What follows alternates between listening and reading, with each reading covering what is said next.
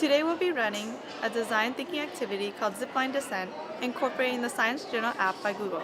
My name is Kim, and welcome to the Tech. In this activity, participants are briefed as amusement park engineers who must create a car for a new descending zipline experience. It is their job to explore new ways to create a fun experience while keeping the passengers safe. To help them gather information on the passenger's experience, participants will be using the smartphone's accelerometers. An accelerometer is a sensor that measures the change in motion. The Science Journal app will allow participants to see the data on a graph and in real time. This activity can be run with either just a smartphone as a passenger or with an external sensor that wirelessly connects to the Science Journal app. The wireless sensor allows the participants to watch the graph in real time and make connections between the data and what they observed during the testing. A zipline can be a robust setup, or it can be as simple as attaching a string across a rim. The ride is using potential and kinetic energy to move the car, so the zipline will need to be at a 45 to 60 degree angle. Phones and sensors will likely fall off the zipline during testing, so it's a good idea to have cushioning underneath. Placing the external sensors inside a small plush toy will help protect it.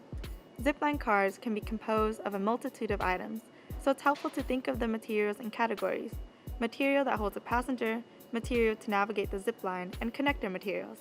Begin by immersing the participants in the story and the role. Emphasize that they are amusement park engineers. We are looking to them to come up with the design solution, but we are here to assist with the process.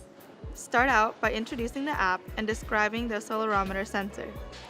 Move the phone or external sensor around so they can visualize how the accelerometer graph displays the acceleration of motion. Discuss what makes a great amusement park ride. How do we keep the passenger safely in the car? How do we make it fun? How do we prevent potential discomfort or injury? If possible, demonstrate an example. Have the participant examine the resulting graph either in real time with the external sensor or after the test with the phone. Ask them what they observed and see if they are confidently making the connection between the graph and the example. Encourage guests to test as often as possible, even if their car isn't fully ready. The more they test, the easier it is to troubleshoot problems early on. Our setup includes a shorter practice zipline. This gives participants a chance to check out sizing and balance, as well as do quick initial tests as they're building. Try using a double zipline to encourage more building possibilities, or require the device to use both ziplines for an added constraint.